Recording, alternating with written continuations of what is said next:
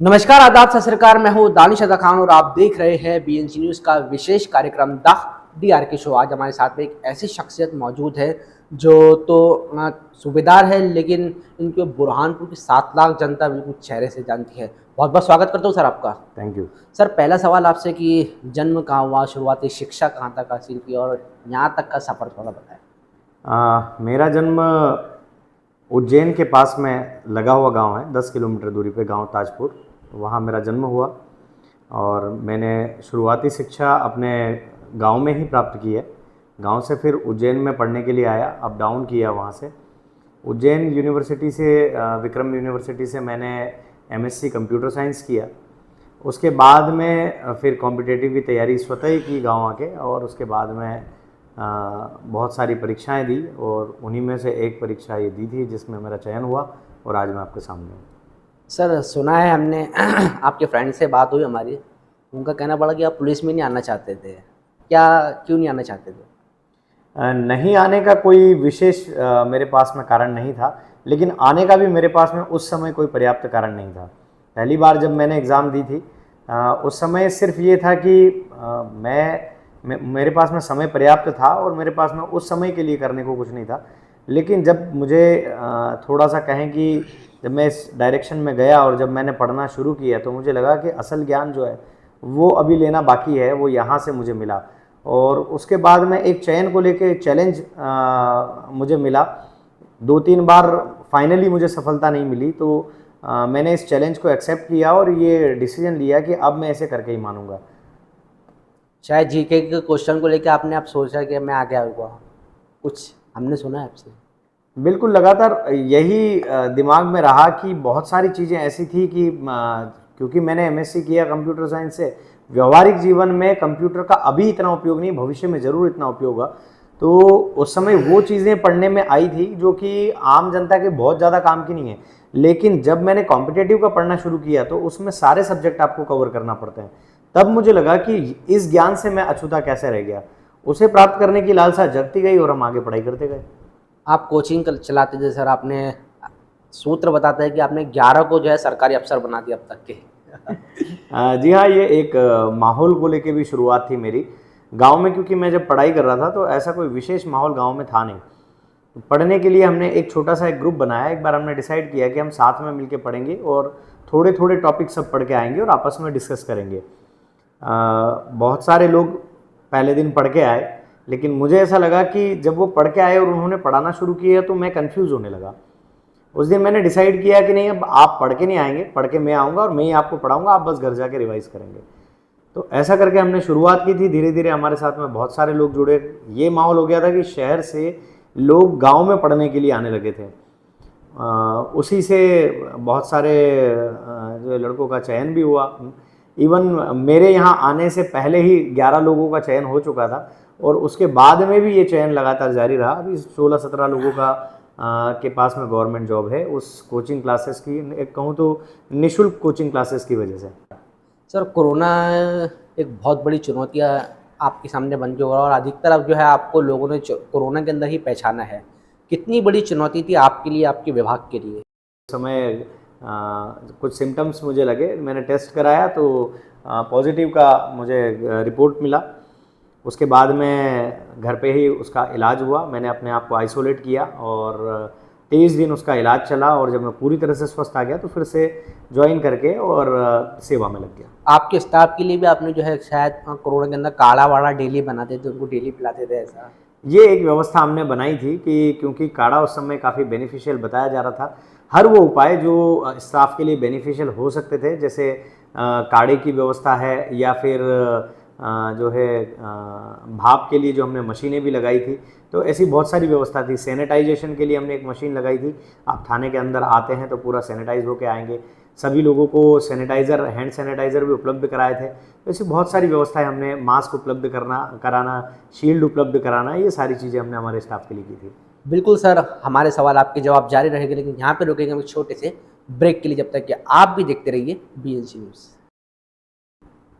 तो ब्रेक के बाद एक बार फिर आपका स्वागत है बीएनसी न्यूज़ के विशेष कार्यक्रम द डीआरके शो के अंदर। आज हमारे साथ में मौजूद है बुरहानपुर के ट्रैफिक सूबेदार हेमंत पाटीदार। सर, अगला सवाल आपसे ये है कि अधिकतर लोग जो है ट्रैफिक के नियमों का उल्लंघन करते हुए नजर आते हैं। बहुत सारे उल्लंघन हैं। उन लोगों को क्या समझाइश देना चाहिए, उन लोगों को कैसे जो है कंट्रोल करें ट्रैफिक के नियम पालन करने के लिए? देखिए, निश्चित ही शुरुआत ये बुरहानपुर का इनिशियल स्टेज है। हम शुरुआत के दौर में हैं, जब हम यहाँ पे लोगों को यातायात नियमों से अवगत करा रहे हैं। जब मैं यहाँ आया था तब से तब यहाँ पे सिर्फ एक सिग्नल था और धीरे धीरे हमने यहाँ पे यातायात सिग्नल्स में इजाफा किया है। बहुत सारे यातायात के लिए आवश्यक जो भी चेंजेस हमको करना थे सुचारू यातायात के लिए, वो हमने यहाँ की सड़कों पे भी करवाए हैं। तो इंजीनियरिंग के क्षेत्र में हम यहाँ पे काफ़ी काम कर रहे हैं। जब इंजीनियरिंग के क्षेत्र में हमारे सारे काम पूरे हो जाएंगे, जब हम लोगों को सुरक्षित सड़कें देना शुरू कर देंगे, तो उसके बाद में लोगों को हम एजुकेट करना पूरी ताकत से करेंगे। और वो भी हम प्रयास हमने शुरू कर दिया है। जैसे जैसे लोगों को समझ में आते जाएगा, वैसे वैसे हम इसमें धीरे धीरे सफलता की ओर आगे बढ़ते जाएंगे। अलग अलग माध्यमों से हम लोगों को यातायात नियमों की समझाइश देते हैं। आपने देखा होगा जगह जगह जो हमारे एलईडी डिस्प्ले लगे हुए हैं, उन पे यातायात के पालन के नियम चलते रहते हैं। बहुत सारी जगह हमारे पीए सिस्टम्स लगे हैं, जिन पे लगातार जागरूकता के लिए संदेश चलते रहते हैं। इसके बाद में भी समय समय पर चेकिंग के माध्यम से या अन्य माध्यमों से, जैसे गुलाब भेंट करके ऐसे लोग जो यातायात नियमों का पालन कर रहे हैं, हमने ऐसे लोगों को भी हीरो के रूप में यहाँ पे प्रेजेंट किया था, एम्बेसडर के रूप में, जिन लोगों ने लगातार हेलमेट का उपयोग किया था। तो जैसे जैसे हम सकारात्मक चीज़ों को प्रचारित करते जाएंगे, नकारात्मक चीज़ें अपने आप धीरे धीरे कम होती जाएगी। लोगों के सामने हम प्रस्तुत कर रहे हैं दुर्घटना के ऐसे वीडियोस जिनको देख के उनको लगेगा कि क्यों यातायात नियमों का पालन करना ज़रूरी है, और आवश्यकता धीरे धीरे व्यक्ति को मजबूर कर देती है। तो एक समय ये भी आएगा कि ट्रैफिक इतना होगा कि लोगों को यातायात नियमों का पालन करना ही पड़ेगा। अगर वो यातायात नियमों का पालन नहीं करेंगे तो अनावश्यक जाम में फंसेंगे या फिर दुर्घटनाओं के शिकार होंगे। यातायात का पालन कराने के लिए अपना अब तक के क्या क्या पहल की, क्या क्या किस किस तरीके से जो है अपने यातायात का जो है लोगों को पालन कराया है? देखिए, यातायात नियमों को पालन कराने में अभी हम रिसेंटली देखें कि आज हमारा जो अभियान चल रहा था, तो हमने प्रयास किया था कि 100% लोग सीट बेल्ट लगाएं। सीट बेल्ट लगाना इसलिए अनिवार्य है क्योंकि कंपनी खुद कहती है कि अगर सीट बेल्ट नहीं लगाते हैं तो एक्सीडेंट होने पे गाड़ी के एयरबैग्स नहीं खुलते हैं। तो ऐसी कंडीशन में सीट बेल्ट बहुत ज़्यादा ज़रूरी है। आज सीट बेल्ट पे हमारी कार्रवाई भी चल रही थी, समझाइश भी चल रही थी। तो परिणाम ये देखने में आया कि 80% लोग हमें कार चलाते वक्त सीट बेल्ट लगाए हुए नजर आए। तो निश्चित ही चालान के रूप में कहें, समझाइश के तौर पे कहें, इंजीनियरिंग के क्षेत्र में सुधार के तौर पे कहें, एजुकेशन के क्षेत्र में कहें, सभी तरफ हम चारों विधाओं में हम बराबर प्रयास कर रहे हैं। और जैसे जैसे हम प्रयास हमारा सार्थक होते जा रहा है, तो लोगों की नज़र में भी आ रहा है, लोग हेलमेट पहनने लगे हैं, लोग सीट बेल्ट लगाने लगे हैं। और धीरे धीरे जब हम ये बड़ी बड़ी चीज़ें हम जब ये लोगों से सुनिश्चित करवा लेंगे, तो फिर छोटी चीज़ों पे भी ध्यान देंगे। अभी आपने देखा होगा कि सिग्नल्स पे भी आपने देखा होगा कि मैक्सिमम लोग यातायात नियमों का पालन कर रहे हैं। जब लाल बत्ती होती है तो लोग रुक जाते हैं, ग्रीन बत्ती होने पे ही आगे बढ़ रहे हैं। तो ये एक समझदारी का परिचायक है, और ये एक जो है शहर के डिसिप्लिन का भी परिचायक है कि लोग यहाँ के पालन कर रहे हैं। सर, कुछ हमारे दर्शकों को यातायात के नियम बता दीजिए कि अगर वो रोड पे चले तो उनको क्या क्या जो है फॉलो करना है। अधिकतर लोगों को ये मालूम रहता है कि अगर कार चला रहे हैं सीट बेल्ट लगाना है, या बाइक चला रहे तो हेलमेट लगाना है, ये और क्या क्या जो है नियम है जाके जो है फॉलो करना चाहिए, थोड़ा दर्शकों को बताएं। देखिए, बहुत ज़्यादा डिटेल में हम इसमें नहीं जाते क्योंकि बहुत सारे नियम हैं, लेकिन हम जो महत्वपूर्ण चीज़ें हैं केवल हम उसके ऊपर बात करते हैं। तो जैसा कि हम हमेशा कहते रहते हैं कि अगर आप 4 व्हीलर चला रहे हैं तो आप सीट बेल्ट लगाइए, आप 2 व्हीलर चला रहे हैं तो आप हेलमेट लगाइए। ये वो चीज़ें हैं जो दुर्घटना के बाद आपको समझ में आती है कि कितनी कारगर है। जब आपका एक्सीडेंट होता है तो सीट बेल्ट की वजह से आप ग्लास से नहीं टकराते, जिस वजह से आपका फेस बच जाता है। या आप जब मोटरसाइकिल चला रहे होते हैं और आपने हेलमेट लगा रखा और अगर एक्सीडेंट होता है तो आपको हेड इंजरी नहीं होती, जिससे आपकी मौत के चांसेस बहुत कम हो जाते हैं। तो ऐसी बहुत सारी चीज़ें हैं जिनसे आपका सीट बेल्ट और हेलमेट आपको प्रोटेक्ट करता है। इसके साथ साथ में आजकल कुछ ऐसी चीज़ें देखने को मिल रही है कि जैसे वाहन चलाते वक्त मोबाइल का उपयोग करना एक ट्रेंड सा हो गया है लोगों की। आप सड़क पे देखेंगे तो मैक्सिमम जो युवा है वो उनकी गर्दन आपको टेढ़ी दिखाई देगी और साइड में उनको मोबाइल लगा हुआ नजर आएगा।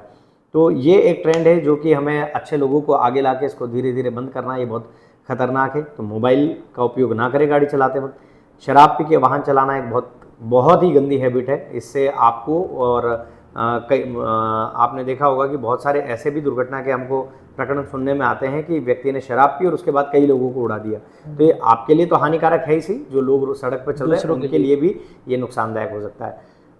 तो दूसरा विषय यही है कि आप शराब पी के वाहन ना चलाएं। तीसरा इम्पोर्टेंट चीज़ ये है कि ओवर स्पीडिंग ना करें। अगर छोटी मोटी दुर्घटना हो भी जाती है और आपकी गति सामान्य है तो आपका कम लॉस होगा। ज़्यादा गति होने की वजह से कंट्रोल नहीं आ पाता, इस वजह से एक्सीडेंट्स होते हैं। ये एक इम्पोर्टेंट पार्ट है। और भी बहुत सारी चीज़ें हैं। कई लोग लगातार लंबी ड्राइव करते हैं। मेरा एक सुझाव है कि अगर आपको लगता है कि आपको झपकी सी आ रही है तो गाड़ी साइड में लगाइए, थोड़ा सा पॉज लीजिए, चाय पी लीजिए, उसके बाद आप आगे बढ़िए। जान से ज़्यादा ज़रूरी कुछ नहीं है। अगर किसी की जान बचाने के लिए अगर तेज़ी से आगे जा रहे हैं तो ये बहुत ही अच्छी बात है। ऐसे विषय में हमारी गाड़ी हम आगे लगाएंगे और हम व्यवस्था करेंगे कि और तेज़ आपको किस तरह से पहुंचाया जा सके। लेकिन अगर आप किसी की जान नहीं बचा रहे हैं तो ऐसी स्थिति में आपको धीरे चलना चाहिए। सर बुरहानपुर आपका पहला ज़िला है जहाँ पर आपकी पोस्टिंग हुई है।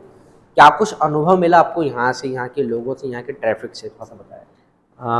जब मैं पहली बार बुरहानपुर में आया तो क्योंकि मेरे साथी दोस्तों की पोस्टिंग इंदौर में हुई थी और मेरी अकेले की पोस्टिंग बुरहानपुर में हुई थी।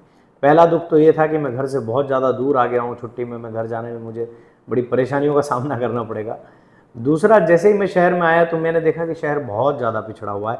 यहाँ बहुत मेहनत की ज़रूरत है और सर्वाइव करने के लिए कुछ चीज़ों की और आवश्यकता लगती है। जैसे थोड़ा बहुत लाइफ में अगर आप फैमिली लेके आए तो थोड़ा बहुत एंटरटेनमेंट, थोड़ा सा शाम को घूमने के लिए, ऐसी चीज़ों की भी आवश्यकता लगती है।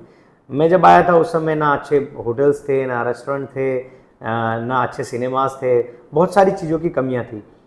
लेकिन जब मैं यहाँ पे काम करने लगा लोगों के बीच में तो धीरे धीरे मुझे समझ में आया कि जो सबसे इम्पोर्टेंट चीज़ है वो यहाँ पे सबसे अच्छी है, वो है यहाँ के लोग। यहाँ के लोग बहुत ही समझदार हैं। किसी ने आज तक कभी भी, मैं कई बार समझाइश देते देते कई बार ऐसा भी होता है कि मैं थोड़ा ज़्यादा ज़ोर से डांट भी देता हूँ, ये सारी चीज़ें होती हैं, लेकिन आज तक कभी भी किसी ने वापस पलट के जवाब नहीं दिया या उंगली नहीं दिखाई। तो ये एक बहुत अच्छी यहाँ की चीज़ है क्योंकि यहाँ लोग समझते हैं कि अगर मैं काम कर रहा हूँ तो उनके हित के लिए काम कर रहा हूँ। तो ये चीज़ें हैं और उसके बाद में बाकी चीज़ें आप देख ही रहे हैं, लगातार डेवलपमेंट हो रहा है, चीज़ें सुधर रही है और हम भी उसी गति में आगे बढ़ रहे हैं। और धीरे धीरे आप लोग खुद ही समझ रहे हैं कि जहाँ शहर में जगह जगह जाम फंसा पड़ता था और लोगों को निकलने में असुविधा होती थी, तो अब वैसी स्थिति नहीं है। धीरे धीरे स्थितियाँ सुधर रही है और जैसे जैसे इंफ्रास्ट्रक्चर में सुधार होगा, सड़कें चौड़ी होंगी, वैसे वैसे जो है आवागमन में और भी ज़्यादा सुविधा होंगी। बुरहानपुर में पिछले दिनों जो है राहुल गांधी की यात्रा निकली है, भारत जोड़ो यात्रा। कैसे कि आपने ट्रैफिक मैनेजमेंट किया था?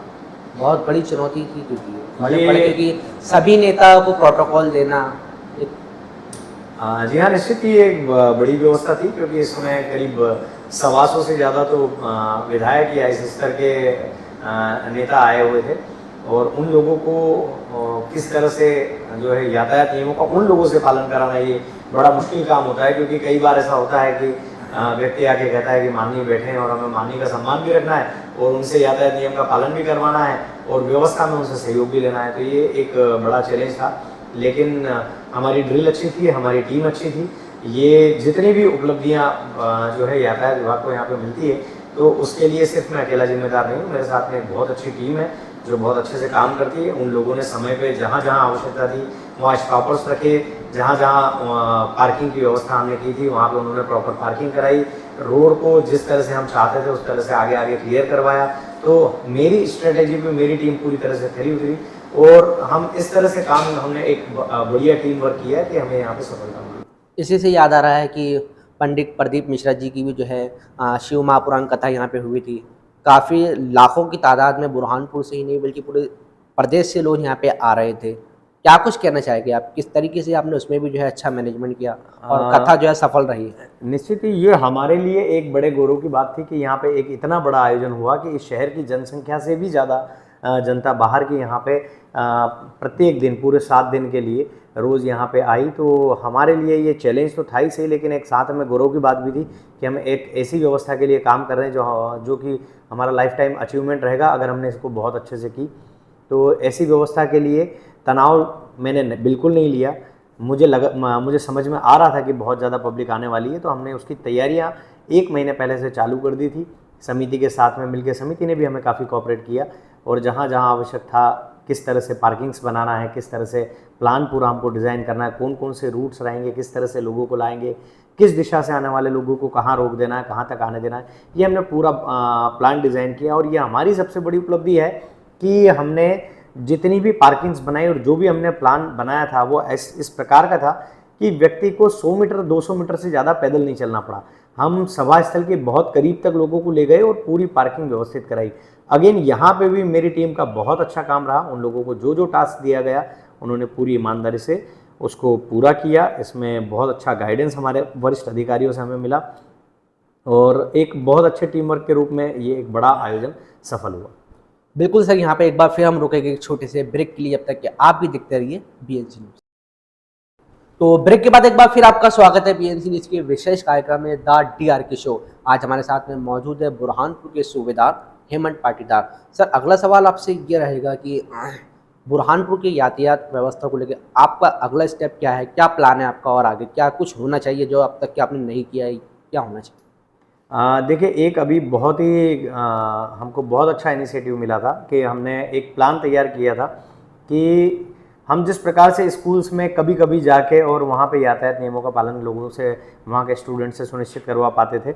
और क्योंकि वो देश का भविष्य है, अगर हम वहाँ पे काम करेंगे तो ये काम स्थायी होगा और ये आगे तक चलेगा और इसके रिजल्ट ज़्यादा आएंगे। तो अभी हमने टारगेट किया है स्टूडेंट्स को और हमारे प्लान को एग्जीक्यूट किया है।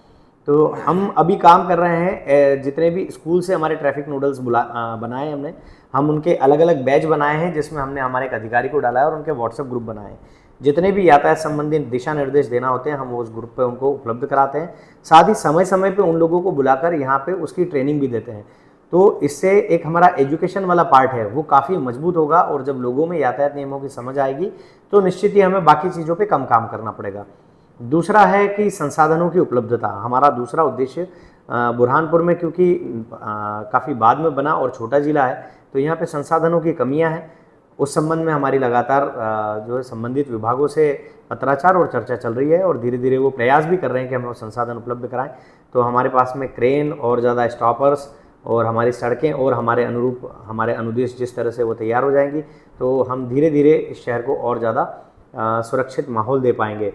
तीसरा इन्फोर्समेंट होता है, तो बहुत सारे इक्विपमेंट से अब धीरे धीरे बुरहानपुर पुलिस लैस है। तो जो लोग यातायात नियमों का पालन समझाइश के बाद में भी नहीं करते हैं तो ऐसे पे कार्रवाई करने के लिए हम पूरी तरह से तैयार हैं। ज़िले में हमारे पास में हर थाने के पास में ब्रीथ एनालाइजर है।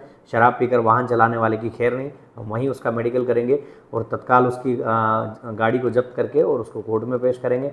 ठीक उसी प्रकार जो तेज़ गति से वाहन चलाते हैं तो इंटरसेप्टर व्हीकल में हमारे कैमरा और पूरी सारी व्यवस्थाएं उसके अंदर है जो आपकी स्पीड को नोट करके और ऑटोमेटिकली आपका चालान बना देती है। तो ये हमारे पास में काफ़ी एडवांस इक्विपमेंट है और पीओएस मशीन के साथ में हम चालानी कार्रवाई कर रहे हैं जिससे किसी भी प्रकार का आरोप प्रत्यारोप वाली संभावनाएं जो है वो ख़त्म हो जाती है। तो ऐसी बहुत सारी टेक्निकल चीज़ें हैं जो हम धीरे धीरे बुरहानपुर ज़िले में एग्जीक्यूट कर रहे हैं और प्रयास कर रहे हैं कि उसका सफलतम एग्जीक्यूशन प्रदेश भर में बुरहानपुर की तरफ से हो। आखिरी सवाल सर कि उन युवाओं को क्या संदेश देना चाहिए जो यातायात नियमों के अंदर कोताही बरतते हैं? देखिए, सबसे पहले तो इम्पोर्टेंट चीज़ ये है कि यातायात नियम जो है वो एक डिसिप्लिन है, आपके शहर का परिचायक है। आप अपने शहर में रह के दूसरे शहर की तारीफ तो करते हैं, क्या आप अपने शहर को उस शहर जैसा बनाने के लिए प्रयास करते हैं? मैंने देखा है कि हमारे बुरहानपुर के युवा अगर इंदौर जाते हैं तो वहाँ सारे यातायात नियमों का पालन करते हैं। वो कभी भी स्टॉप लाइन के क्रॉस नहीं जाएंगे, हमेशा रेड लाइट जंप कभी नहीं करेंगे, वहाँ जाके वो हेलमेट भी पहनेंगे, लेकिन यही वो हमारे शहर में नहीं करते। तो मेरी एक स्पेशली यंगस्टर से गुजारिश है, सबसे पहले तो ये है कि अपने शहर को बेहतरीन बनाने के लिए यहाँ पे अनुशासन का पालन करें, यातायात नियमों का पालन करें, ये आपकी सुरक्षा के लिए ज़रूरी है।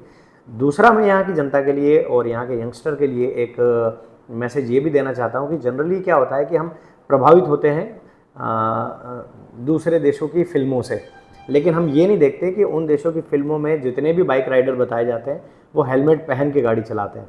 हमारे यहाँ के हीरो जो हैं वो एक दो मोटरसाइकिल पे पैर रख के या मोटरसाइकिल चलाने वाले होते हैं और उनसे हम प्रभावित होके और जो है हम भी वही करते हैं। तो इस चीज़ के अंतर को आपको समझना होगा कि रियल हीरो कौन है। मेरे ख्याल से तो जो नियमों का पालन करता है, अनुशासन में रहता है और जिससे उसके घर वाले को और अन्य लोगों को परेशानी नहीं होती, वो रियल हीरो होता है। आप लोगों की जान बचाने में हमारी मदद कीजिए, तब आप रियल हीरो हैं। धन्यवाद। क्या सख्ती बरतेंगे आप उन युवाओं के प्रति जो ऐसा करते हैं? निश्चित ही ऐसे युवाओं पे हम लगातार सख्ती बरत रहे हैं। बीच में हमने एक अभियान शुरू किया था, जिसमें आपने देखा होगा अभी चलन में है कि मोटरसाइकिल में ऐसे साइलेंसर लगा दिए जाते हैं जो बहुत ज़्यादा आवाज़ करते हैं, और उसी से फिर वो और ज़्यादा एग्रेसिव होते हैं और तेज़ी से बाइक चलाते हैं उस आवाज़ के लिए। तो ऐसे वाहन चालकों को पकड़ पकड़ के हमने उनके साइलेंसर भी कट करवाए हैं और कंपनी के ओरिजिनल साइलेंसर लगवाए हैं। ये मुहिम हमारी जारी रहेगी। साथ ही साथ कई बार आपने ये भी देखा होगा कि रोड पे ही ऐसे लड़कों की क्लास भी ली गई है, तो वो भी हमारी कार्रवाई जारी रहेगी। हम लगातार इसमें प्रयास करेंगे। मेरा ऐसा मानना है दानिश कि लोगों को खुद को इसमें आगे आना पड़ेगा, क्योंकि ये आपका शहर है, आपको सुरक्षित रहना है। ये पुलिस का विषय दूसरे नंबर पे है, पहले नंबर पे आपका विषय है। तो जब तक जनता इसको समझेगी नहीं, तब तक हमारी सफलता में थोड़ी सी समस्या आएगी। अगर यहाँ बुरहानपुर की जनता और हम सब साथ मिलकर इस विषय पे काम करेंगे तो निश्चित ही हमें बहुत अच्छी सफलता इसमें मिलेगी। एक और सवाल सर, बुरहानपुर का यातायात थाना बना है, आपने आपके कार्यकाल के अंदर बना है, कितना एडवांस ये थाना है, क्या क्या कुछ इसकी खासियत है? देखिए, एक अच्छे माहौल में काम करने में व्यक्ति के कार्य करने की क्षमता में बढ़ोतरी होती है। ये इस सोच के साथ में श्रीमान पुलिस अधीक्षक महोदय के निर्देश अनुसार हमने यहाँ पे काम किया और हमने प्रयास किया कि हम एक बेहतरीन थाना इस शहर को दे पाएँ। या इस थाने की खासियत ये है कि यहाँ हर चीज़ ऑर्गेनाइज्ड है, सभी लोगों को बैठने की प्रॉपर व्यवस्था है, पीने के पानी की व्यवस्था है, यहाँ अलग अलग तरह के स्टोर रूम्स बने हुए हैं और यहाँ का रिकॉर्ड्स प्रॉपरली मेंटेन है। यहाँ पे जितने भी इक्विपमेंट्स जो चार्ज डिस्चार्ज करने वाले उनकी पूरी व्यवस्था है। पार्किंग के लिए हमारे पास में पर्याप्त स्पेस है। हमने ग्रीनरी का पूरा ख्याल रखा है, हमने ब्यूटिफिकेशन का पूरा ख्याल रखा है। एक अच्छे हेल्दी एनवायरनमेंट में हमारा स्टाफ काम कर सके, हमने इसका ध्यान रखा है और उसका परिणाम ये आ रहा है कि हमारा स्टाफ बहुत अच्छे से काम भी कर रहा है और उसका रिजल्ट आपके सामने दिख रहा है। बहुत बहुत शुक्रिया सर हमको समय देने के लिए। Thank you. तो ये थे बुरहानपुर के सूबेदार हेमंत पाटीदार, जिन्होंने हमारे सवालों के जवाब दिए हैं। इसी तरह की तमाम बड़ी खबरों के लिए बने रहे BNC न्यूज़ के साथ। अगले हफ्ते फिर होगी किसी नई शख्सियत के साथ मुलाकात। जब तक कि आप भी देखते रहिए BNC न्यूज़। नमस्कार।